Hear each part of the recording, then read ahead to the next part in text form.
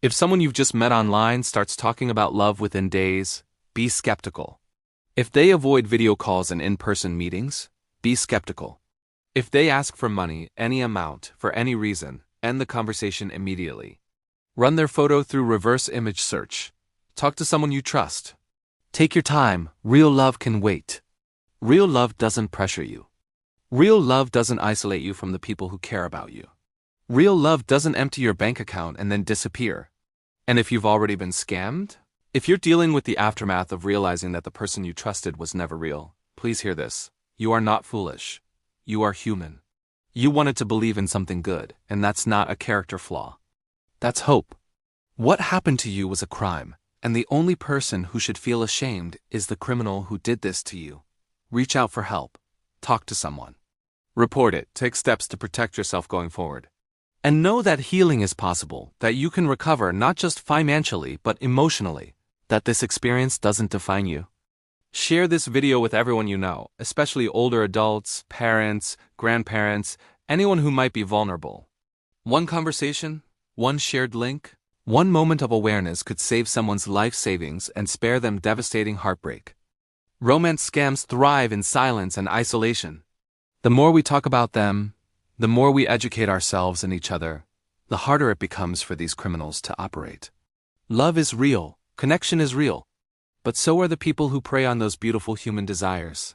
Stay smart, stay safe, and never, ever let anyone make you feel ashamed for wanting to be loved. You deserve real love, honest love, love that builds you up instead of tearing you down. Protect yourself so you're still standing when that real love comes along. Thank you for watching. Stay safe out there. Step 5. Tell someone you trust. This is perhaps the hardest step because it means admitting what happened, facing the shame and embarrassment that victims of romance scams often feel. But you need support right now. You need someone to help you navigate the practical steps of reporting and recovery. And you need emotional support to deal with the psychological impact of what you've been through. Talk to a family member, a close friend, someone who cares about you. If you don't feel comfortable talking to someone you know, there are support groups and hotlines for scam victims. You are not alone in this. There are people who understand what you're going through and want to help. Step 6. Consider professional help. The emotional toll of romance scams can be severe. Victims often experience depression, anxiety, shame, anger, and profound grief, not just for the money lost, but for the relationship that never existed. Some people develop symptoms of post-traumatic stress disorder. This is real trauma, and it deserves real treatment. Talk to your doctor. Ask about counseling or therapy. There are mental health professionals who specialize in helping victims of fraud and financial abuse. Taking care of your emotional well-being is just as important as trying to recover your money. Now, if you're watching this video because you're worried about someone else, a parent, a grandparent, a friend, someone you care about who might be vulnerable to romance scams, there are things you can do to help protect them. Start by talking openly and without judgment. Don't laugh at them for using dating sites. Don't make them feel foolish for wanting companionship. Loneliness is real, and the desire for connection is deeply human. Instead, approach the conversation with empathy and concern. Explain what romance scams are, how they work, and why they're so effective. Share this video with them. Talk about the warning signs. Make sure they know that scammers specifically target older adults because of their trusting nature and life savings. The goal isn't to scare them away from all online interaction, but to help them navigate it safely. Help them set up protective measures. Show them how to do a reverse image search. Walk them through privacy settings on social media so their profiles aren't publicly visible to strangers. Help them understand that real relationships develop slowly, that love at first message is a fantasy, not reality. Teach them the red flags: speed, avoidance of video calls, requests for money, pressure and urgency, secrecy.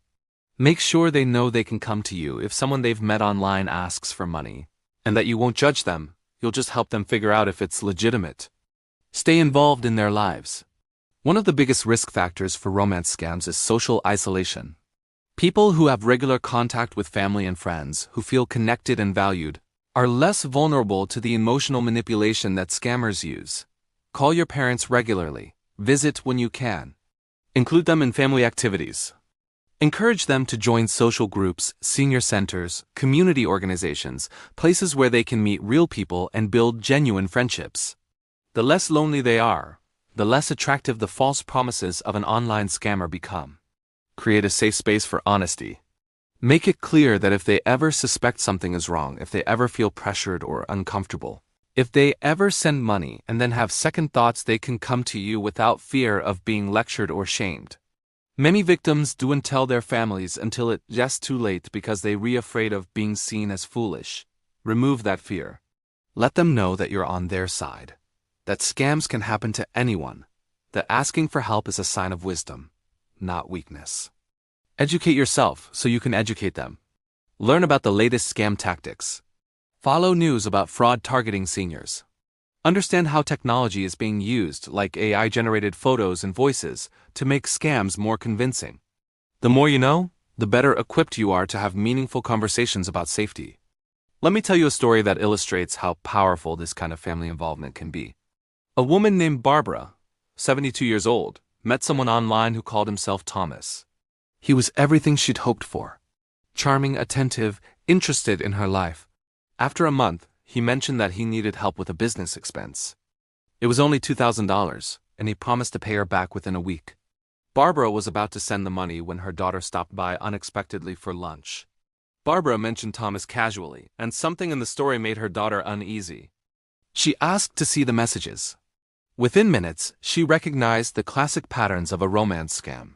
The too fast intimacy, the convenient crisis, the specific dollar amount.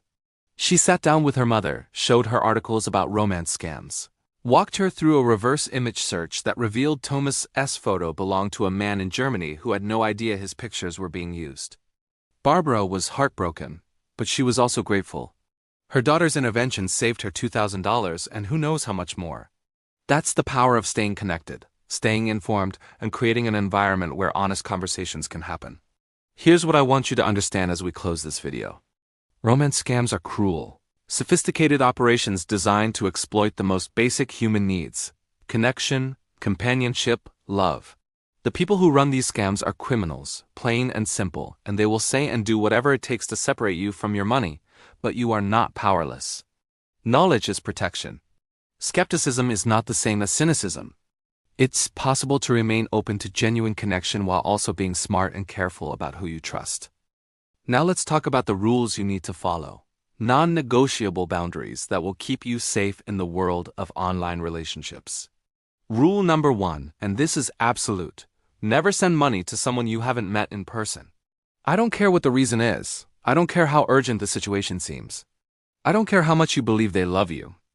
If you have not sat across from this person at a coffee shop, looked them in the eye, shaken their hand, confirmed with your own senses that they are real, you do not send them money. Not for medical bills, not for travel expenses, not for business investments, not for legal fees, not for visa applications, not for emergencies, not for anything. This rule has no exceptions. A person who truly cares about you will understand this boundary and respect it. A scammer will push back, will make you feel guilty, will suggest that your refusal means you don't trust them or love them enough. That's manipulation. Hold your ground. The moment you break this rule, you become a mark, and the requests will never stop until you have nothing left to give. Rule number 2, never share sensitive personal information.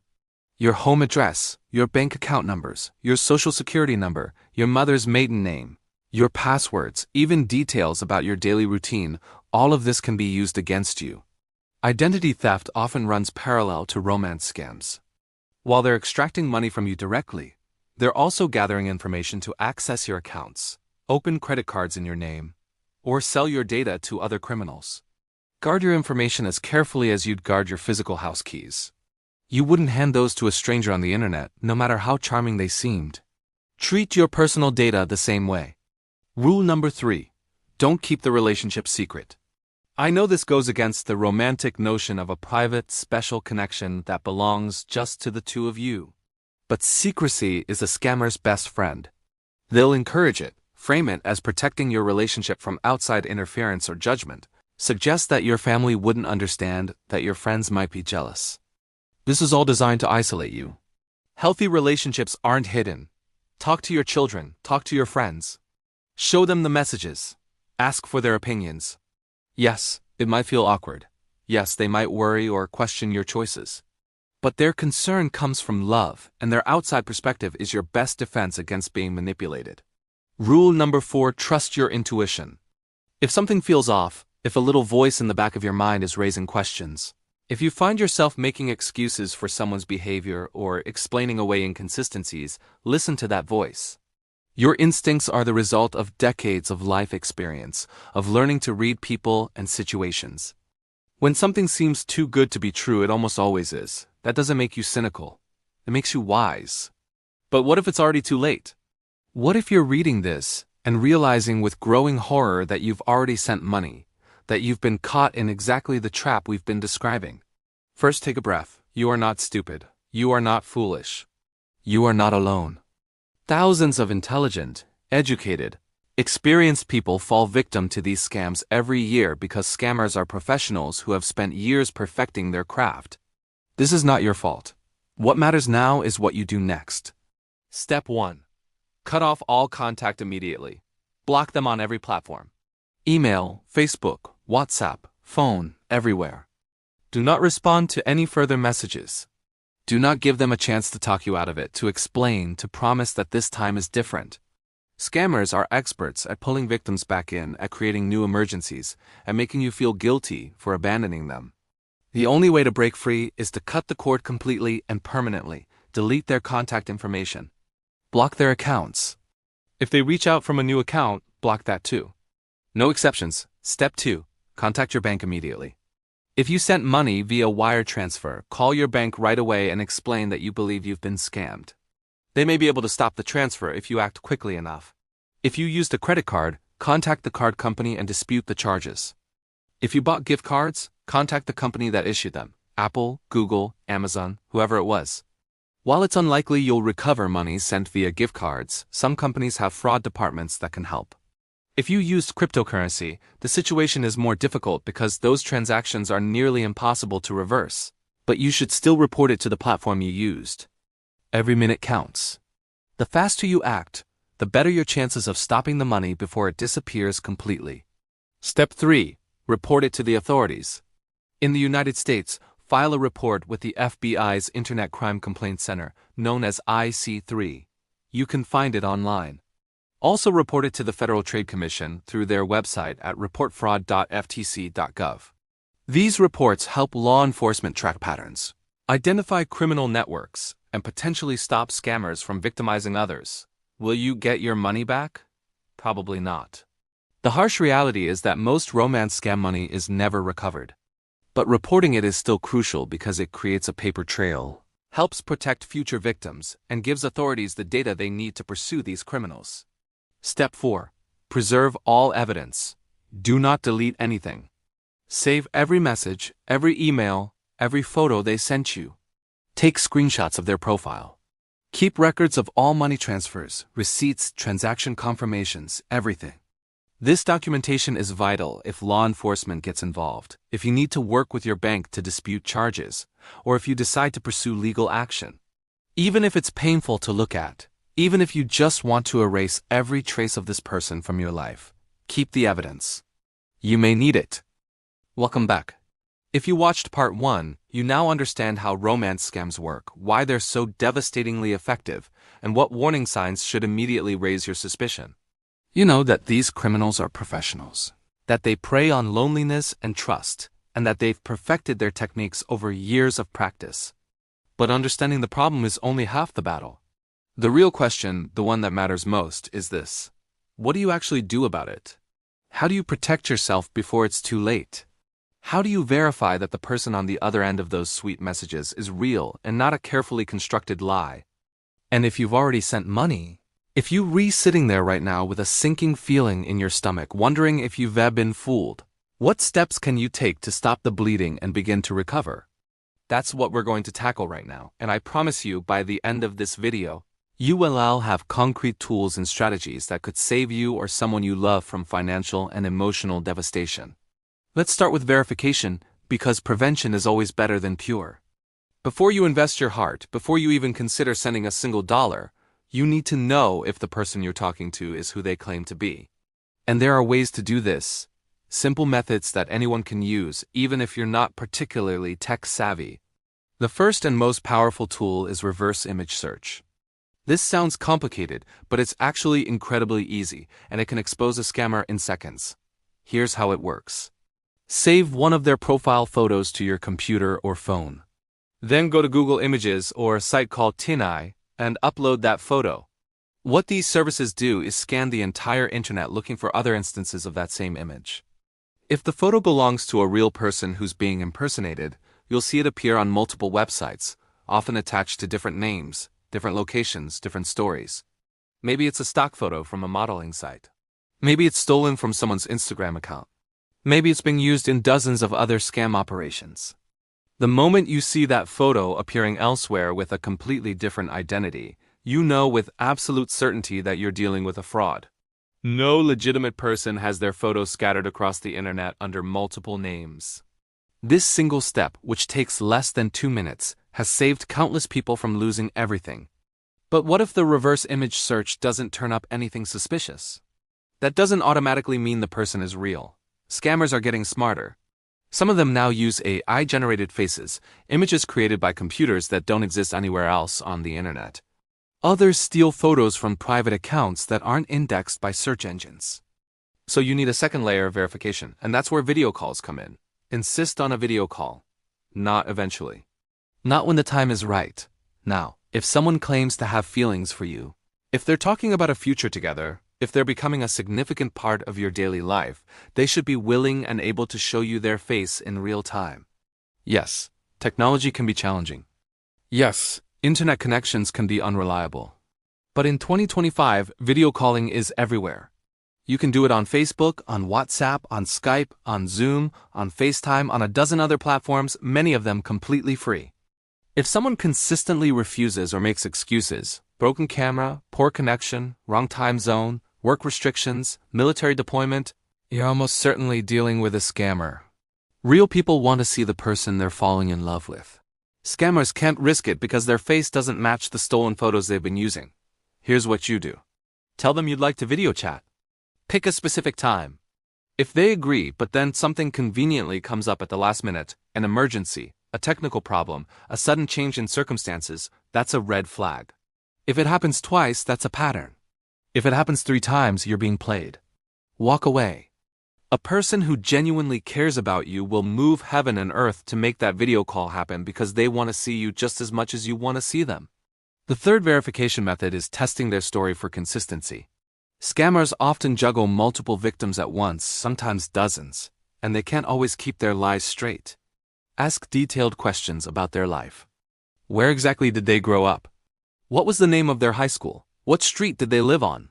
What was their first job? What's their mother's maiden name? Real people can answer these questions instantly and consistently. Scammers will hesitate, give vague answers, or contradict themselves later.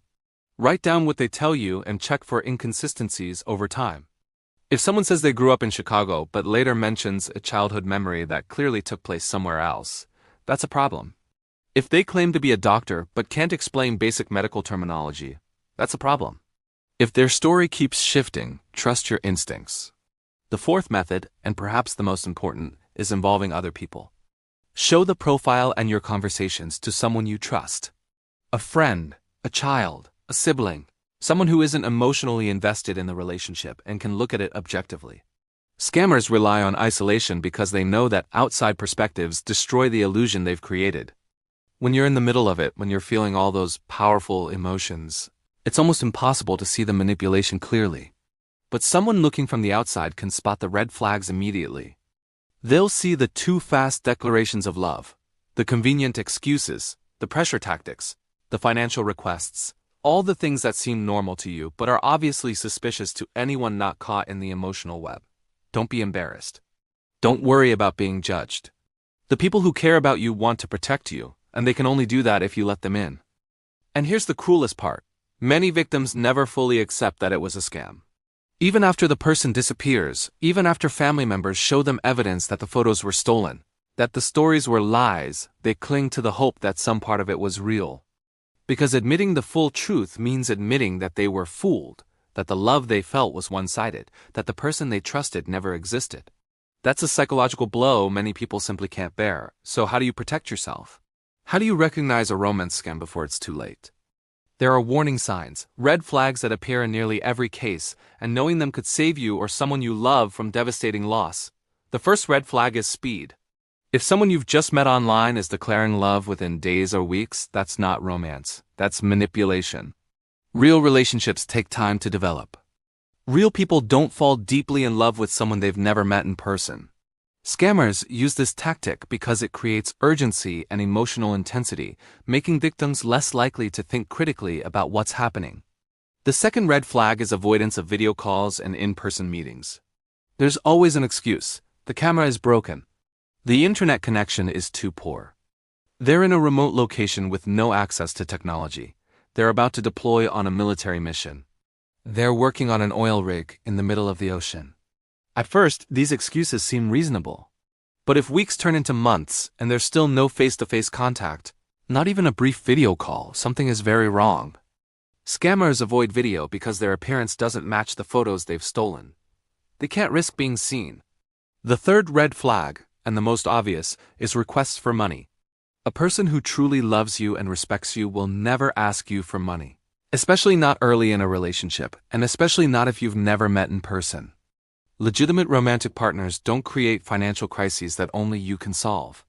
If someone you met online asks you to send money for any reason, medical emergency, visa problems, business investments, legal fees, stop all communication immediately. This is not a gray area. This is a scam. The fourth red flag is pressure and urgency. Scammers create artificial deadlines to prevent victims from thinking too carefully or consulting with others. The surgery has to happen today. The visa expires tomorrow. The investment opportunity closes at midnight. This pressure is designed to override your rational thinking and force you into impulsive decisions. Real emergencies rarely require you to act within hours, and real partners understand that you need time to make financial decisions. The fifth red flag is isolation. If someone is asking you to keep your relationship secret from family and friends, that's a massive warning sign. Healthy relationships aren't hidden. Scammers encourage secrecy because they know that outside perspectives will expose their lies. They'll frame it as protecting the relationship from judgment or interference, but what they're really doing is cutting you off from the people who could save you. The sixth red flag is a profile that seems too good to be true. If the person looks like a model, has an impressive career, claims to be wealthy but happens to be experiencing temporary financial difficulties, and just happens to be interested in you despite having never met, be skeptical. Scammers use stolen photos of attractive people because physical appearance creates trust and interest. Run a reverse image search on their profile photo. If it appears on multiple websites or belongs to someone else entirely, you're dealing with a scammer. Now you understand how romance scams work, why they're so effective, and what warning signs to watch for. But knowledge is only the first step. In part 2, we're going to talk about action. What do you do if you suspect you're being scammed? How do you verify someone's identity before you invest your emotions and your money? What steps should you take if you've already sent money? And most importantly, how can you help protect your parents, grandparents, and loved ones from falling into this trap? The next part of this story could save someone you care about from losing everything. Don't go anywhere. This isn't over yet. The psychological toll on victims is devastating. Many experience depression, anxiety, post-traumatic stress disorder, and in some cases, suicidal thoughts. The constant emotional manipulation can erode a person's sense of reality and self-worth, leading to long-term psychological scarring that persists long after the financial losses are acknowledged. These scams don't just steal money, they steal dignity. They steal hope. They steal the very thing the victim was searching for in the first place. The belief that someone, somewhere, truly cared about them. So how does it actually work? What does a romance scam look like from beginning to end? Understanding the pattern is the first step toward protecting yourself and the people you love. It starts with the first contact. The scammer finds your profile on a dating site, or maybe on Facebook, or even in the comments section of a YouTube video or news article. The platforms don't matter as much as the target. They're looking for certain signs: older age, recent widowhood mentioned in a post, expressions of loneliness, photos that suggest financial stability. Once they've identified a potential victim, the they reach out with a friendly message. Nothing aggressive, nothing overtly romantic at first. Just a simple hello, a comment about a shared interest, a compliment that feels genuine. The goal is to start a conversation, to open a door. The United States hosts 38% of detected new scam profiles, making it the primary hunting ground for these criminals. Facebook has become especially dangerous, with scammers expertly crafting personas designed to lure in victims who are simply looking for friendship or community. The profiles look real. The photos are attractive but not model perfect. The backstories are plausible. He's a widower whose wife died of cancer 3 years ago. She's a doctor working with an international aid organization. He's a military officer stationed in Afghanistan. She's an engineer on an oil rig off the coast of Norway. These stories are designed to explain why they can't meet in person right away, why video calls might be difficult, why their circumstances are unusual, and they work. The next phase is building trust, and this is where scammers truly shine. For the first 2 to 4 weeks, there are no requests for money, no hints of financial trouble. It's just conversation. They message you every single day, sometimes multiple times a day. They ask about your morning, your hobbies, your family. They share stories about their own lives, creating a sense of intimacy and mutual understanding. They remember your birthday, the name of your grandchild, the fact that you love gardening or baking or old movies. They make you feel important, cherished, understood in a way you haven't felt in years. Slowly, carefully, they create an emotional dependency. You start looking forward to their messages. You think about them throughout the day. You begin to imagine a future together, and that's exactly what they want. Then come the declarations of love, and they arrive with breathtaking speed. Within weeks, sometimes even days, they're using words like soulmate, destiny, forever. They tell you they've never felt this way before, that you're the one they've been waiting for their entire life. In the real world, this would seem rushed, even alarming. But in the heightened emotional state of online romance, isolated from outside perspectives, it feels like passion, like fate. You convince yourself that when you know, that real love doesn't follow a timeline, that this connection is special, different from anything you've experienced before. And the scammer encourages these thoughts, reinforcing them at every opportunity, weaving a narrative where the two of you are meant to be together against all odds. But then something happens. There's always something. It's never a small problem. It's always urgent, always devastating, always requires immediate financial assistance. His daughter needs emergency surgery and insurance won't cover the full cost. She's been robbed while traveling and has no access to her bank accounts. He needs to pay a customs fee to ship a package containing important documents. She has to cover an unexpected legal expense or risk losing her job. The stories vary, but the pattern is identical. There's a crisis, and you're the only one who can help. They don't ask directly at first. They mention the problem, express worry and stress, and wait for you to offer. And because you care, because you believe this person loves you, because you want to help someone you see as your partner, you do offer, you send money. And that's when everything changes. The first request is usually modest. A few $100s, maybe 1,000. Something that won't bankrupt you but will test your willingness to help. When you send it, the relief and gratitude you receive in return is overwhelming. They thank you profusely. They promise to pay you back. They tell you that you saved them, that they don't know what they would have done without you. You feel like a hero, like a partner, like someone who matters, but the crisis doesn't quite resolve. There's a complication, another expense. And now the requests come more frequently and the amounts get larger. 2,000, 5,000, 10,000. Each time there's a reason. Each time there's urgency. And each time there's the implicit threat that if you don't help, something terrible will happen. Worse, there's the suggestion that refusing means you don't really love them, that you don't trust them, that maybe this relationship isn't what they thought it was. This is emotional blackmail, pure and simple, but when you're in the middle of it, it just feels like love being tested. Gift cards remain the most commonly reported form of payment, but the highest losses are attributed to bank wires and cryptocurrency exchanges. Scammers often ask victims to buy large quantities of gift cards from stores like Walmart or Target, then send photos of the codes on the back. This method is difficult to trace and impossible to reverse. Wire transfers and cryptocurrency are even worse because once the money is sent, it's gone forever, moved through a series of accounts and jurisdictions that make recovery virtually impossible. Some victims send tens of thousands of dollars before realizing something is wrong. Others send everything they have, draining retirement accounts, taking out loans, even selling their homes, all in the belief that they're helping someone they love through a temporary crisis. She thought she had finally found love again. After 37 years of marriage, after losing her husband to cancer, after months of crushing loneliness in an empty house that once echoed with laughter and conversation, Margaret believed that David was real. He was a military engineer stationed overseas, or so his profile said. His messages arrived every morning like clockwork, filled with warmth and affection. He called her beautiful.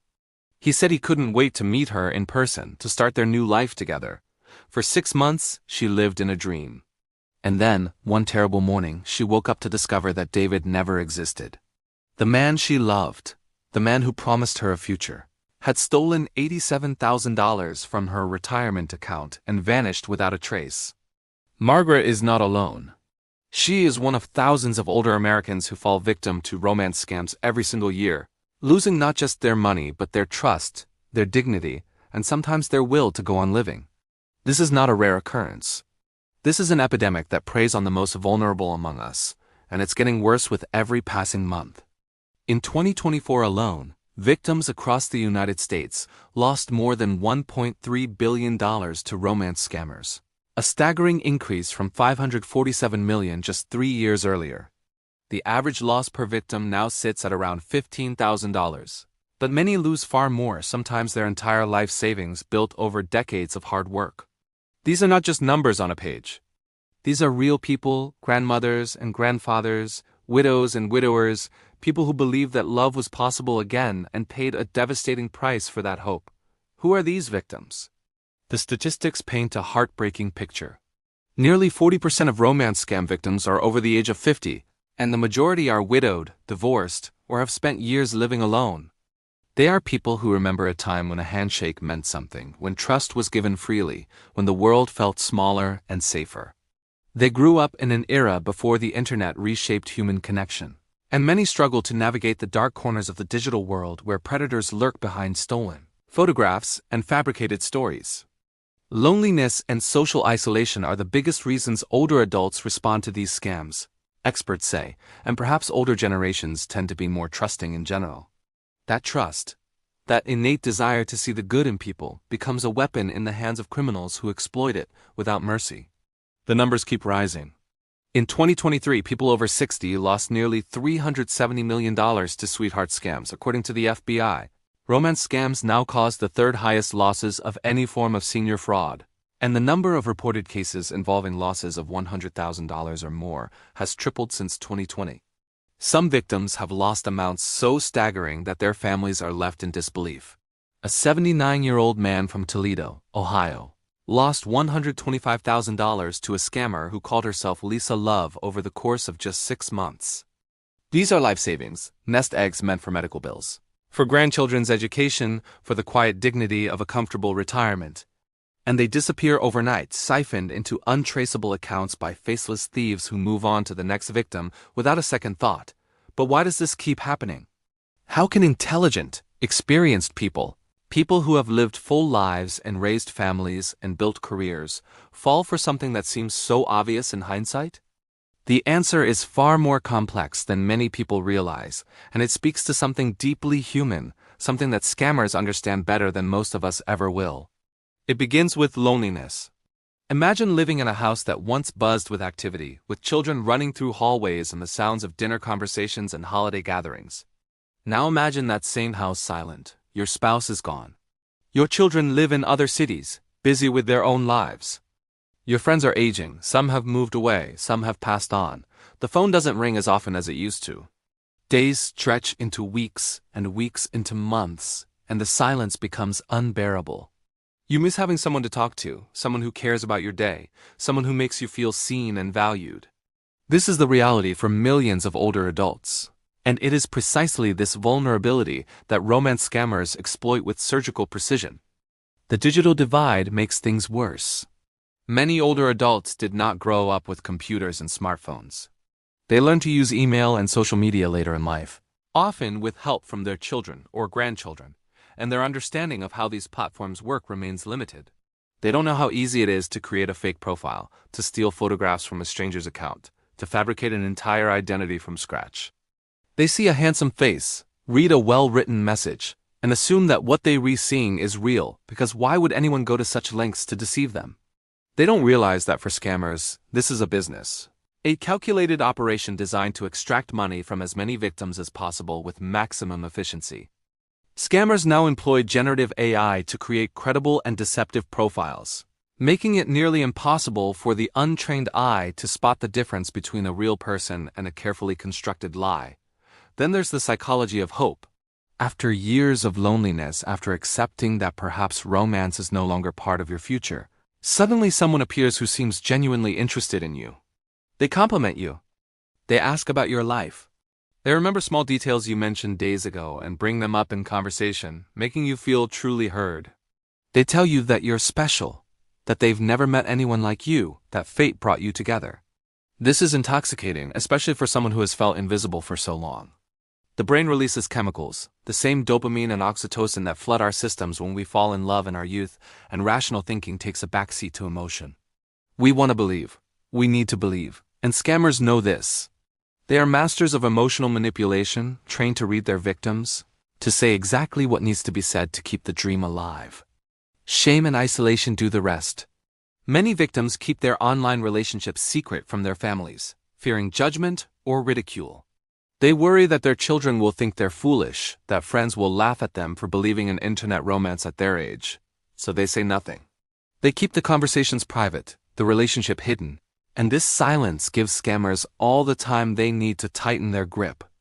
Without outside voices to ask questions, to point out inconsistencies, to raise red flags, the victim exists in a bubble where the scammer's words are the only truth that matters. By the time family members discover what's happening, it's often too late. The money is gone, and the emotional damage is profound.